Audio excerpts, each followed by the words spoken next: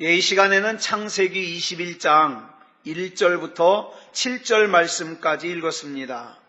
말씀의 제목은 나를 웃게 하시는 하나님입니다. 나를 웃게 하시는 하나님. 사람이 어렸을 때는 꿈이 큽니다. 예전에 어른들이 아이들에게 너는 이 다음에 커서 뭐가 될래? 하고 물어보면 대부분의 아이들이 대통령이 되겠다고 그랬습니다. 장군이 되겠다 그랬습니다. 판사, 검사가 되겠다 그랬습니다. 또 너는 이 다음에 커서 어느 대학에 갈래? 그러면 대부분의 아이들이 서울대학교 가겠다 그랬습니다. 그런데 그랬던 아이들이 점점 자라면서 자기의 능력이 어떻다는 것을 점점 깨닫게 되는 거죠. 그러면서 어떻게 해요? 꿈이 점점 작아져요. 작아져. 그러면서 그렇게 꿈이 작아지는 걸 뭐라고 얘기를 하냐? 현실적이다. 이렇게 얘기를 해요. 그러다가 나중에는 지극히 작아진 자기 꿈에 만족하면서 살게 됩니다. 아브라함도 그랬습니다. 아브라함도 하나님으로부터 너는 복의 근원이 될 거야. 너를 축복하는 자에게는 내가 복을 주고 너를 저주하는 자에게는 내가 저주할 거야. 이렇게 말씀을 약속을 받았어요. 그리고는 창세기 15장을 보면 하나님께서 하늘의 별을 보라고 네 자손이 그 하늘의 별과 같이 많아질 거야 약속하셨어요.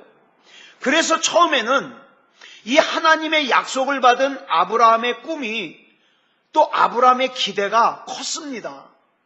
그런데 시간이 지나면서 아브라함의 마음속에 야, 이 꿈은 이루어질 가능성이 너무 적어. 그러면서 어떻게 해요? 아브라함의 꿈이, 아브라함의 기대가 점점 작아졌습니다. 아브라함의 자손이 하늘의 별과 같이 많아질 거라고 하는 하나님의 약속이 이루어지려면 먼저 뭐가 이루어져야 돼요? 아들이 하나라도 있어야 돼요. 그렇죠? 아들이 하나라도 있어야 뭐 하늘의 별과 같이 자손이 많아지던가 바닷가의 모래같이 자손이 많아지던가 할 거 아니에요.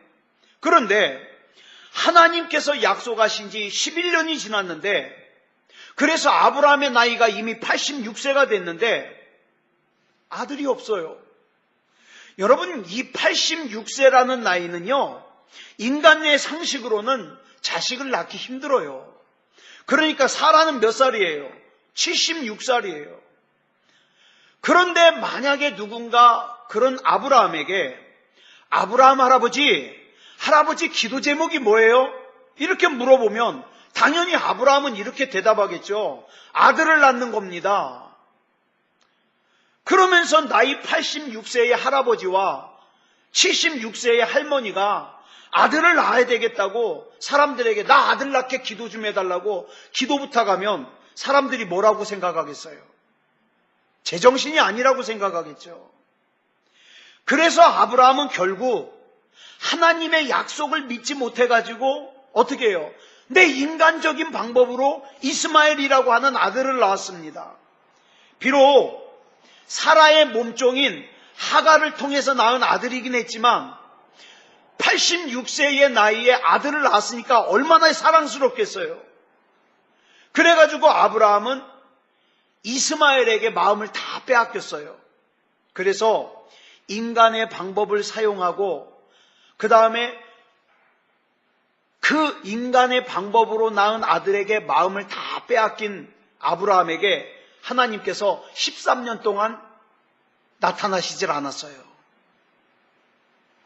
그런데 그렇게 13년이 지나 아브라함의 나이가 99세가 되었습니다. 사라의 나이는 89세가 되었죠.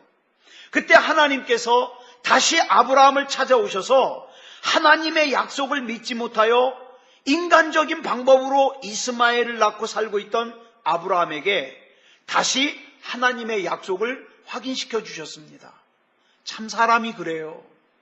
자기가 잘못해서 하나님이 떠났는데 하나님 찾으려고 안 해요. 그냥 내 인생에 맞춰서 살아요.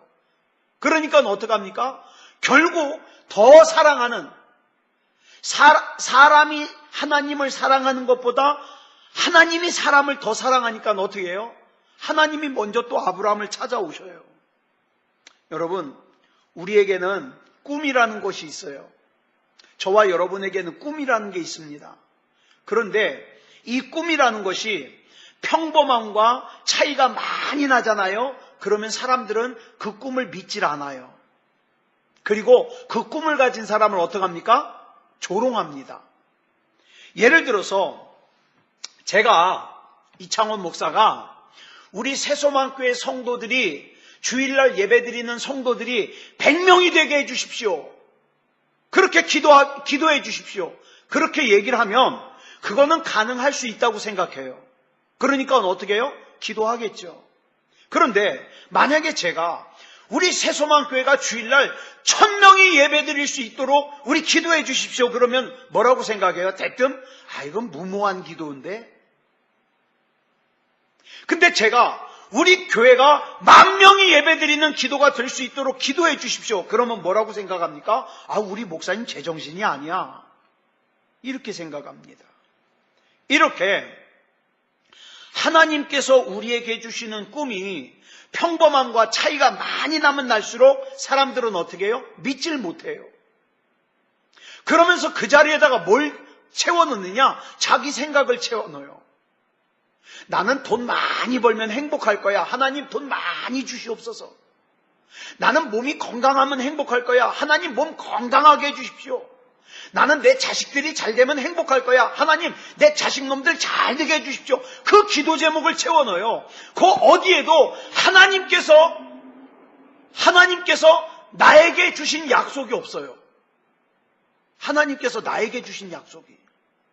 자, 이렇게 하나님께서 우리에게 주시는 꿈이 평범함과 차이가 많이 나면요, 아예 기도조차 안 하려고 그래요. 요셉 보세요. 요셉이라는 인물을 보면 평범하지 않은 꿈 때문에 형들에게 조롱을 당해요. 핍박을 당해요. 그래서 여러분 기억하세요.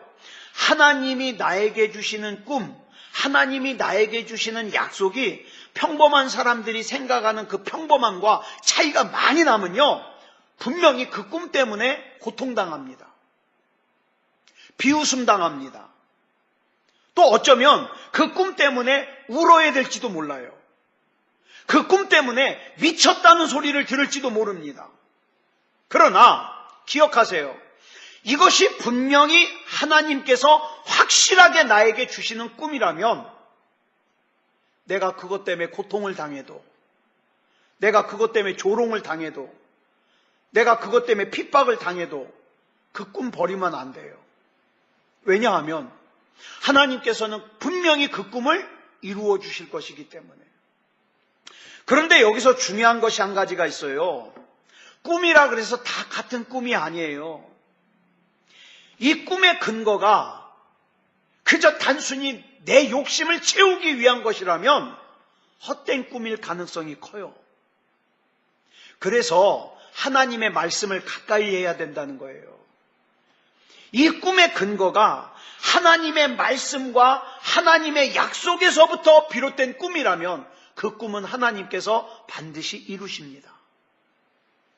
그러므로 소망이 있는 인생, 하나님 앞에 복 있는 인생은 어떤 인생이냐? 하나님의 말씀을 근거로 하는 하나님의 약속에 자기 인생을 거는 인생이에요. 참 사람들이 그래요. 자기 기분 좋으면 하나님이 나 무지하게 사랑하신다 그러고 예배 드리고, 자기 기분이 별로면 예배도 안 드리고. 하나님의 말씀에 근거하는 인생이 아니라 자기 컨디션에 근거하는 인생이에요. 자, 보세요. 오늘 본문 1절을 보면 우리 같이 읽어볼까요? 1절 시작. 여호와께서 말씀하신 대로 사라를 돌보셨고 여호와께서 말씀하신 대로 사라에게 행하셨으므로. 자, 이 말씀, 여기서 중요한 말씀이 뭘까요? 여호와께서 말씀하신 대로예요. 무슨 말씀이냐 하면 아브라함의 나이 99세가 되었고 사라의 나이가 89세가 되었는데도 불구하고 아들을 주시겠대요. 이거는 우리 상식적으로 불가능해요. 그렇죠? 사라가 89세예요. 불가능해요. 그럼에도 불구하고 하나님이 아들을 주셨어요. 이유가 뭐예요? 나이 89세의 사라가 아들을 낳는 것은 불가능한데 아들을 주셨어요. 이유가 뭐예요? 간단해요. 하나님이 약속하셨기 때문에. 24년 전에. 저는 그래서 묻고 싶어요. 여러분에게 하나님의 약속이 있습니까? 여러분의 가정에 하나님의 약속이 있냐고요? 예? 여러분, 우리 부모님의 책임이, 우리 부모님의 사명이 뭔지 아세요? 내 자식에게 하나님의 약속이 있는 인생을 만들어주는 거예요. 왜냐하면 그건 분명히 이루어지거든요. 그냥 아무 의미 없이 내가 하나님을 사랑하는지 사랑하지 않는지 그것도 모르고 그냥 교회만 왔다 갔다 하고 내 인생에 하나님의 약속이 있는지 우리 가정에 하나님의 약속이 있는지 우리 교회에 하나님의 약속이 있는지 그건 모르고 교회만 왔다 갔다 하다가 내가 기분 나쁘면 안 나가버리고 그러면 얼마나 이 불행한 인생이냐고요. 하나님의 약속이 있냐고요. 하나님의 약속이. 하나님은요, 약속하신 대로, 말씀하신 대로 분명히 반드시 이루시는 분이에요.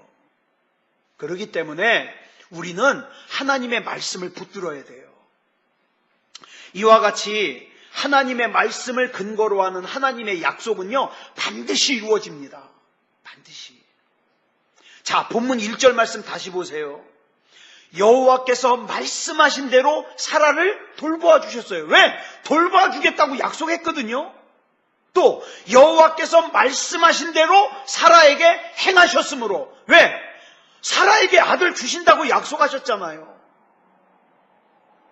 그러므로 내 인생을 하나님의 말씀에 걸고 하나님의 약속에 거는 사람은 반드시 승리합니다. 반드시 승리해요. 그런데 성경을 보면 참 재미있는 말씀이 나와요. 창세기 18장 10절에서 하나님의 사자가 아브라함에게 와가지고 이렇게 말씀하셔요. 내년 이맘때 내가 반드시 내게로 돌아오리니 내 아내 사라에게 아들이 있으리라. 그랬더니 그 문 뒤에서 그 얘기를 사라가 엿들었어요. 그러면서 엿듣고 나서는 12절에서 뭐라 그런지 아세요? 사라가 시작. 사라가 속으로 웃고 이르되 내가 노쇠하였고 내 주인도 늙었으니 내게 무슨 즐거움이 있으리요? 그래서 자 보세요. 여기가 사라가 속으로 웃고 그랬죠? 기뻐서 웃는 거예요? 비웃는 거예요? 비웃는 거예요. 비웃는 거예요. 그래가지고 본문 3절에 보니까 아들을 낳았는데 아들 이름을 이삭이라고 줬어요. 이 이삭이라는 이름의 뜻이 뭐냐면 웃음이라는 뜻이에요. 왜? 사라가 웃었거든요. 그런데 우리가 여기서 반드시 짚고 넘어가야 될 것이 있는데 여기서 웃고 있는 사라의 웃음은 좋아서 기뻐서 웃는 웃음이 아니라 무슨 웃음이라 그랬어요? 비웃는 웃음이라 그랬죠? 근데 보세요. 본문 6절에 보니까 사라가 아들을 낳은 후에 이런 얘기를 해요. 시작. 사라가 이르되 하나님이 나를 웃게 하시니 듣는 자가 다 나와 함께 웃으리로다. 여기 보니까 웃게 하시니가 나오고 웃으리로다가 나와요. 근데 이 두 웃음의 의미가 달라요. 앞에 나오는 웃게 하시니는 무슨 웃음이에요? 비웃었어요. 자기가 예전에 비웃었어요. 1년 전에. 그죠? 아우 내가 이렇게 늙었는데 내가 지금 89인데 무슨 내가 애를 낳아? 그러면서 하나님의 사자가 내년 이맘때 왔을 때 너 아들 낳았을 거야. 그랬더니 웃었어요. 아이고 내가 참 89인데 웃었어요. 그 웃음이에요. 비웃었어요. 그런데 그 다음에 나오는 웃음은 뭐예요? 진짜 기뻐서 웃는 웃음이에요. 나는 하나님의 약속이 믿어지지 않아서 하나님의 능력이 믿어지지 않아서 비웃었는데 그 하나님의 약속에 대해서 비웃었는데 하나님은 나의 그 비웃음이 뭐가 되게 하셨다? 진짜 웃음이 되게 하셨다. 이 뜻이에요. 이 뜻. 이렇게 여러분, 세상이 뭐라고 하든 하나님이 나에게 주신 말씀, 하나님이 나에게 주신 약속을 끝까지 신뢰하고 붙드는 인생은 진짜 기쁜 웃음을 웃을 수 있어요. 그런데 신앙생활 하다가, 예배 드리다가, 기도하다가 어느 순간에 굉장히 마음이 울적해지는 거예요. 이게 뭐 무슨 쓸모가 없네? 그런 생각이 들면서 어떻게 해요? 예배도 가기 싫고 기도도 하기 싫고, 이런 마음을 사탄 마귀가 집어넣을 때가 있어요. 여기서 걸려서 넘어지는 게 이게 문제예요. 내가 하나님을 끝까지 신뢰하고 하나님이 나에게 주신 약속의 말씀을 끝까지 붙들면 반드시 하나님께서 진짜 기쁜 웃음을 웃게 하시는데, 중간에 내 생각에 불가능할 것 같으니까 어떻게 해요? 예배도 집어치우고 기도도 집어치우고 하나님도 집어치우고 불행한 인생을 산다, 이 말이에요. 그래서 우리에게는 하나님의 말씀을, 하나님의 약속을 끝까지 붙드는 것이 중요해요. 마가복음 10장을 보면 예수님께서 제자들과 대화를 나누시는 내용이 나와요. 제자들이 예수님께 물었어요. 예수님, 천국에는, 하나님의 나라에는 누가 갑니까? 이 물었어요. 지금 세상은 부자들이 많이 욕을 먹잖아요. 그런데 예수님 당시에 이스라엘 사람들의 생각에는 어떤 생각이 있었냐? 부자들은 하나님께 복을 받아서 부자가 된다는 생각이 있어요. 그래서 부자한테 뭐라 그래요? 하나님께 복 받았다 그래요. 그런 생각이 있어요. 그러니까 부자는 하나님께 복을 받은 사람들이잖아요. 자, 그러면 이제 제자들이 묻는 거예요. 예수님, 부자들은 하나님의 복을 받아서 부자가 된 사람들이니까 이런 부자들이라면 천국에 들어갈 수 있지 않겠습니까? 이렇게 물어본 거예요. 그랬더니 예수님께서 25절에서 뭐라고 대답하시냐면, 낙타가 바늘기로 나가는 것이 부자가 하나님의 나라에 들어가는 것보다 쉽다, 이렇게 얘기를 해요. 그러니까는 이 제자들이 깜짝 놀란 거예요. 이 부자들은 하나님의 복 받은 사람들이니까 천국에 들어갈 줄 알았는데 못 들어간다는 거예요. 그래서 물어봤어요. 그러면 하나님의 나라에는 누가 들어갑니까? 그랬더니 예수님께서 마태복음 19장 26절에서 이렇게 대답하셔요. 우리 같이 읽어볼까요? 시작. 예수께서 그들을 보시며 이르시되 사람으로는 할 수 없으나 하나님으로서는 다 하실 수 있느니라. 무슨 뜻이에요? 많은 사람들이 이 말씀을 오해를 해요. 뭐라고 오해를 하느냐? 그냥 부자들은 천국 가기 힘들다고만 이 말씀을 이해를 해요. 그 말씀이 아니에요. 이 말씀은 그 말씀이 아니에요. 이런 뜻이에요. 너희가 그 부자들을 보면서 하나님의 복을 받은 사람들이라고 생각하냐?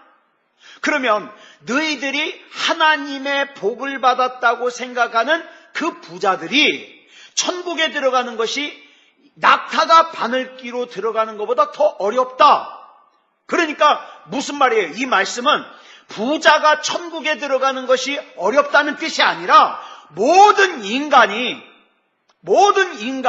천국에 들어가는 것이 불가능하다는 뜻이에요. 너희들이 생각하기에 복받았다고 생각하는 그 부자들조차도 천국에 들어가는 것이 불가능한데 다른 사람들은 오죽하겠냐, 이 말이죠. 그런데 그 말 뒤에, 자 보세요. 여기까지만 정리하면 사람은요 천국에 들어가는 것이 불가능해요.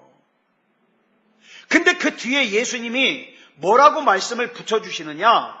사람으로서는 할 수 없으나 하나님으로서는 다 하실 수 있느니라. 이 말씀이 중요한 거예요. 인간이 천국에 들어가는 것이 불가능한 일이지만 하나님께서는 하실 수 있다. 그러니까 저와 여러분도 내가 할 수 있는 것만 납득하고 신뢰하지 말고, 우리 하나님은요 내가 할 수 없는 거 하실 수 있는 분이에요. 그러기 때문에 나에게는 하나님이 중요하고, 나에게는 예배가 중요하고, 나에게는 기도가 중요한 거예요. 하나님을 우습게 여기면 안 돼요. 절대로. 예배를 우습게 여기면 안 돼요. 기도를 우습게 여기면 안 돼요. 저와 여러분은 하나님이 절대적으로 필요해요. 그렇기 때문에 예배가 중요한 거고 기도가 중요한 거예요. 이런 중요성은요, 성경 도처에 나오고 있어요. 열왕기하 7장에 보면 아람 왕이 사마리아 성을 갖다가 겹겹으로 포위했어요. 사마리아 성을. 그리고 나서는요, 아무 공격을 안 해요. 그냥 포위만 하고 있어요. 밖에서 안에 들어가지도 못하고 안에서 나오지도 못하게 포위해놓고 가만히 있어요. 이 아람 왕의 작전이 뭐냐면, 그냥 포위만 하고 있으면 안에서 먹을 것 떨어지고 마실 물 떨어지면 어떻게 해요? 다 제발로 항복하고 나올 거라 이 말이에요. 자, 그렇게 포위하고 몇 달이 지났어요. 정말 아람 왕의 작전대로 그 사마리아 성 안에 마실 물도 떨어지고 먹을 양식도 떨어졌어요. 그래가지고 이제 굶어 죽는 사람들이 나와요. 굶어 죽는 사람.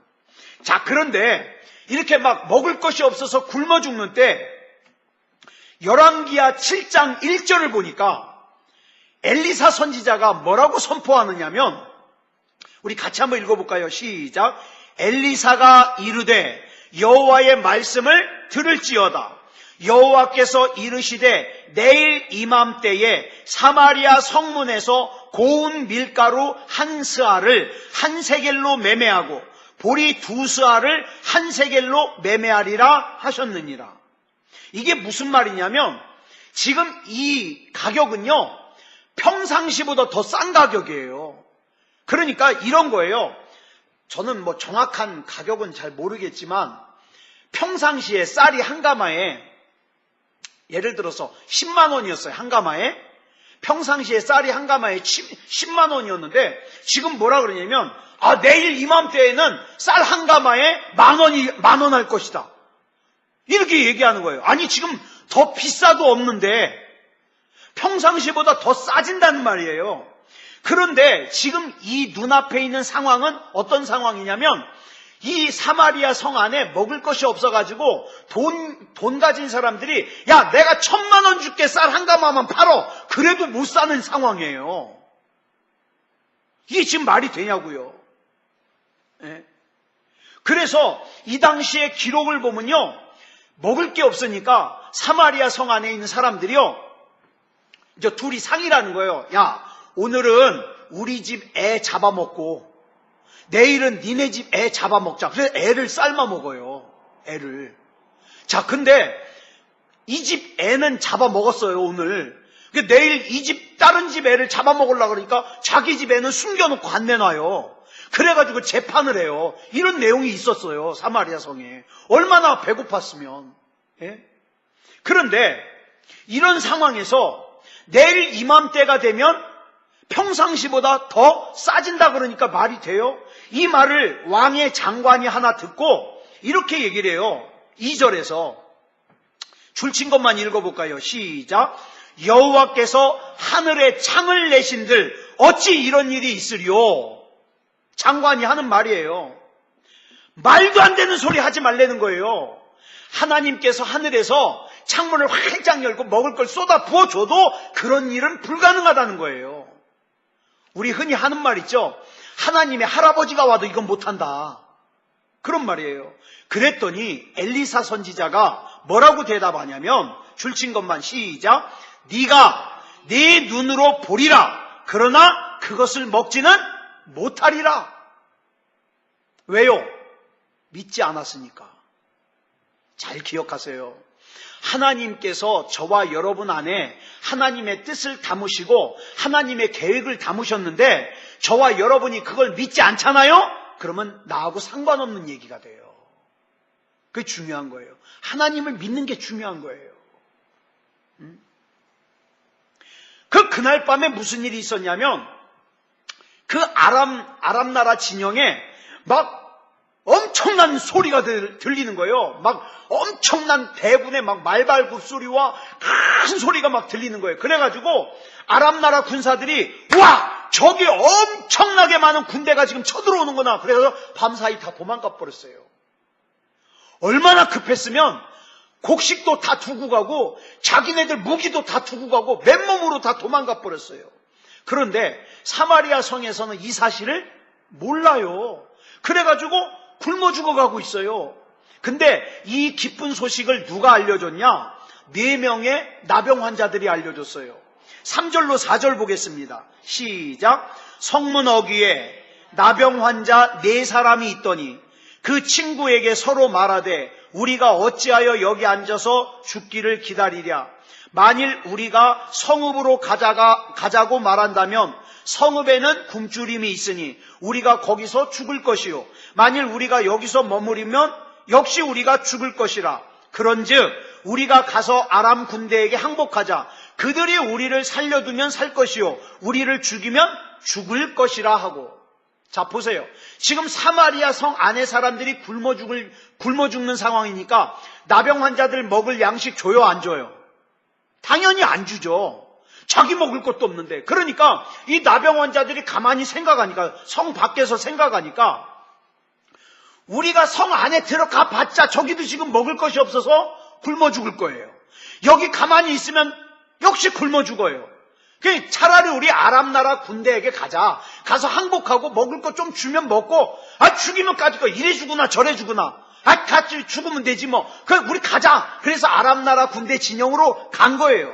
갔더니요, 세상에 막 숙소마다 먹을 것이 막 잔뜩 있는데 사람이 하나도 없어요.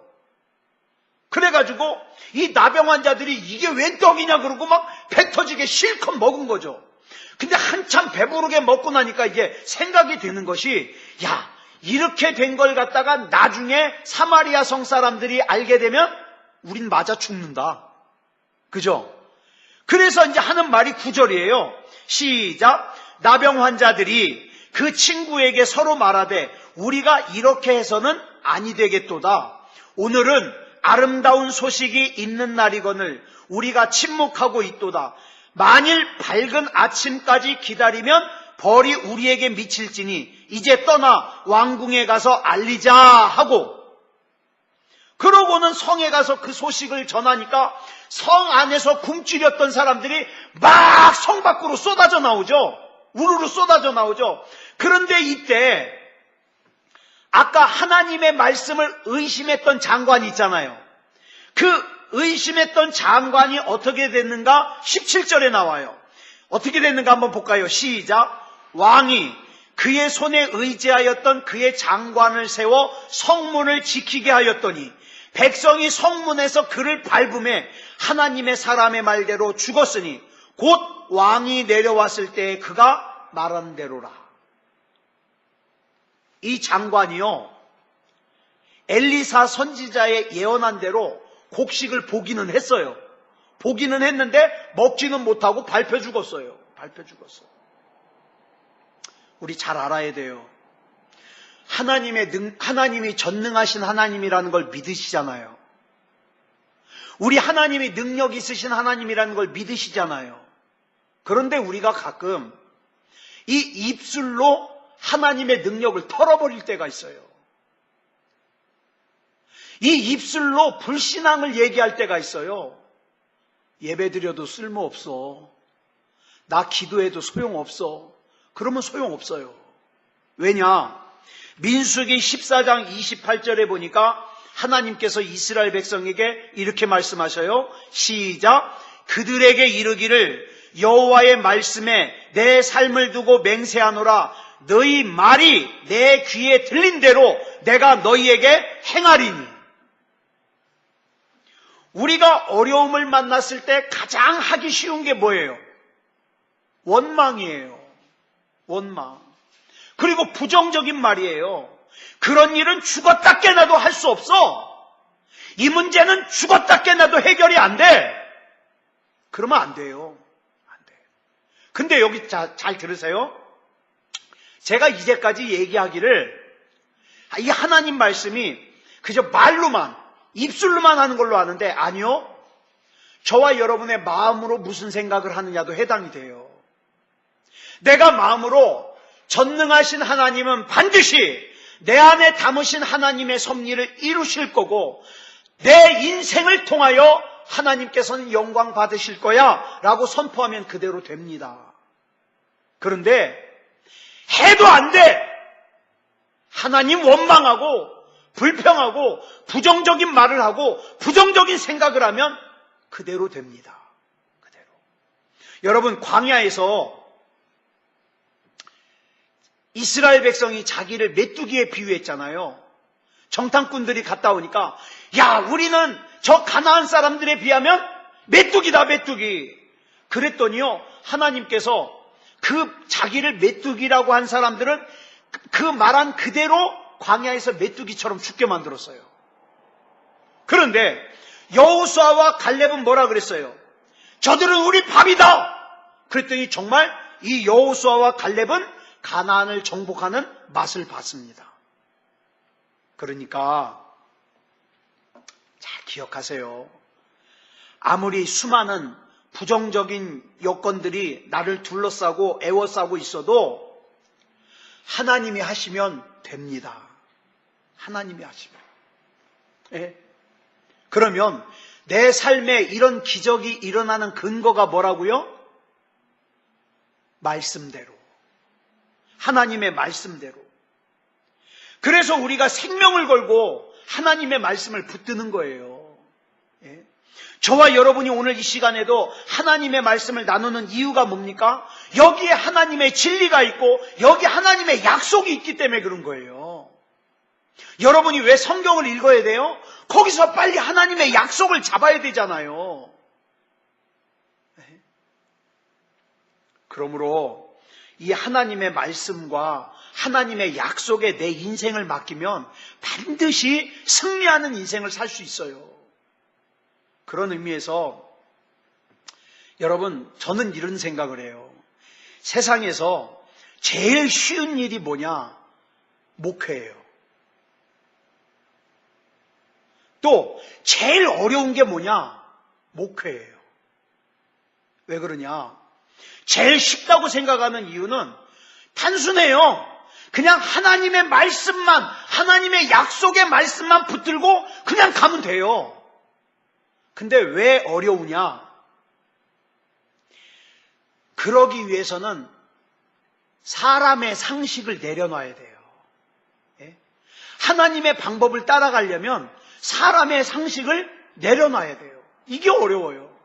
그래서 자꾸 기도하면서도 뭐라 그래요? 하나님, 내 생각에는 이게 맞는 것 같은데. 마치 나만 장군처럼. 나만 장군이 뭐라 그랬어요? 예? 엘리사 선지자가 요단강에 가서 몸을 7번 잠그라 그러니까 뭐라 그래요? 내 생각에는 내 고향에 있는 바르발강이 더 깨끗한데 이 더러운 요단강에 가서 몸을 잠궈? 그 다음에 사환이 나와가지고 그 말을 전하니까 나아만이 뭐라 그래요? 내 생각에는 엘리사가 직접 나와서 하나님 앞에 간절하게 기도하고 내 상처에다가 손을 얹고 막 이렇게 기도해 줄 줄 알았는데 이거 뭐야? 코빼기도 보이지 않고. 내 생각에는. 여러분, 우리가 그래요. 살다 보면 자꾸 이 내 생각이 나를 주관해요. 내 생각에는 하나님이 나에게 이렇게 해줄 줄 알았는데, 내 생각에는 목사님이 나를 이렇게 대해줄 줄 알았는데, 내 생각에는 사람들이 나를 이렇게 대해줄 줄 알았는데, 근데 내 생각에는과 다르게 일이 펼쳐지니까 어떻게 돼요? 거기서 시험 드는 거예요. 하나님께 실망했다는 거예요. 목사님께 실망했다는 거예요. 그러면서 어떻게 해요? 신앙이 깨져버려요. 믿음이 깨져버려요. 근데 이것이 바로 악한 마귀가 박수치고 좋아하는 일이라는 걸 몰라요. 제가 목회하면서 붙드는 말씀이 있어요. 에스겔서 37장 10절 말씀. 우리 같이 읽어볼까요? 시작. 이에 내가 그 명령대로 대언하였더니 생기가 그들에게 들어가매 그들이 곧 일어나 서는데 극히 큰 군대더라. 저는요, 사람들을 설득할 능력이 없기 때문에 저는 그저 하나님이 그만하라 그럴 때까지 하나님 명령대로 하나님 주신 말씀만 대언할 겁니다. 그게 제가 할 일이에요. 하나님의 명령, 근데 제가 믿는 것이 뭐냐면 하나님의 명령대로 하나님의 말씀을 대언하기만 하면 하나님의 생기가 하나님의 말씀을 듣는 사람들 속에 들어가서 마른 뼈와 같았던 그 인생이 변하여 하나님의 군대가 될 걸 믿습니다. 그러니까 저는요, 끝까지 하나님 말씀만 대언할 거예요. 때로는 그 하나님의 말씀이 듣기에 불편할지도 몰라요. 그래도 대언해야 돼요. 그 과정에서 제가 항상 기억해야 될 것이 있어요. 그게 뭐냐면 내가 해야 할 일과 하나님이 하셔야 될 일을 잘 구분해야 돼요. 신명기 11장 29절 우리 같이 볼까요? 시작. 너는 그리심 산에서 축복을 선포하고 에발 산에서 저주를 선포하라. 요나서 3장 2절 보겠습니다. 시작. 일어나 저 큰 성읍 니느웨로 가서 내가 네게 명한 바를 그들에게 선포하라 하신지라. 하나님께서는 저를 비롯하여서 여러분들에게 하나님의 말씀을 선포하라 그랬지 설득하라 그러지 않았어요. 저는 여러분들을 설득할 능력은 없습니다. 그러니까 듣든지 아니 듣든지 어떻게 해요? 선포하는 거예요. 선포. 미국 노스캐롤라이나 주에 있는 더럼이라고 하는 곳에 대학이 하나 있어요. 듀크 대학이라는 대학인데 이 대학이요, 미국에서 순위를 매겼는데, 미국엔 대학이 많거든요. 순위를 매겼는데 10번째에 뽑혔어요. 10번째. 10번째라 그래도 명문대학이에요. 이 듀크 대학에 다니엘 마크라고 하는 박사가 있는데, 교수가 있는데, 이분이 이런 얘기를 했어요. 심장병 환자들에게 있어서 낙천주의는 생명이고 비관주의는 죽음이다. 그래서 건전한 생각, 기쁜 생각, 좋은 생각, 행복한 생각하는 사람은 치료에, 심장병 치료에 도움이 되지만 맨날 분노하고 억울해하고 불안해하고 우울해하는 사람은 일찍 죽는데요. 근데 우리 이거 알잖아요. 이거 모르는 사람 있어요? 화 잘 내는 사람은 일찍 죽고 맨날 기뻐하는 사람은 오래 산다. 알잖아요. 성경에도 있어요. 이건 잠언서 17장 22절에 보니까 같이 읽을까요? 시작. 마음의 즐거움은 양약이라도 심령의 근심은 뼈를 마르게 하느니라. 자꾸 근심하고 걱정하면 없던 암도 생기고 뼈도 마르고 일찍 죽어요. 화장을 해도 화장이 잘 먹히질 않고요. 밥을 먹어도 소화가 잘 안 되고요. 이런 걸 모르는 사람이 누가 있어요? 근데 왜 이 사람 얘기를 하느냐? 그 다음 말이 중요해요. 이 사람이 뭐라 그랬냐면, 그러나 우리는 이 부정적인 마음을 바꿀 수 있는 방법은 모른다. 이렇게 얘기를 했어요. 그러니까 진단은 했어요. 안 좋은 마음, 안 좋은 생각을 하면 일찍 죽는다. 근데 이 안 좋은 마음을 좋은 마음으로 바꿀 수 있는 방법은 모르겠다는 거예요. 여러분, 이 세상을 살면서 난 기뻐하기 싫어. 그래가지고 안 기뻐하는 사람 있어요? 다 기뻐하고 싶어요. 기뻐하고 싶은데 기쁨이 생겨야 기뻐하죠. 기쁨은 누가 주시는 거예요? 하나님이 주시는 거예요. 하나님이 주셔야 진짜 기뻐할 수 있어요. 평안도 마찬가지예요. 이 세상을 살면서 나는 평안하기 싫어. 그래가지고 불안한 사람 있어요? 평안하고 싶은데 자꾸 걱정이 떠오르고 두려운 마음이 들고 그걸 내가 어쩔 수 없는 거예요. 하나님이 평안을 주셔야 평안할 수 있습니다. 그러니까 세상은요, 진단은 하지만 답은 줄 수 없어요. 답을 줄 수 있는 것은 오직 하나님 말씀뿐입니다. 그래서 이것이 오늘 말씀의 핵심이에요. 하나님께서 선포하라 그랬으면 선포하고 우리는 뭐 하면 돼요? 하나님이 역사하실 걸 기다리면 돼요. 마치 죽은 나사로의 무덤 앞에서 예수님이 뭐라 그랬어요? 마르다하고 마리아에게 돌문을 옮겨놔라. 그건 할 수 있잖아요.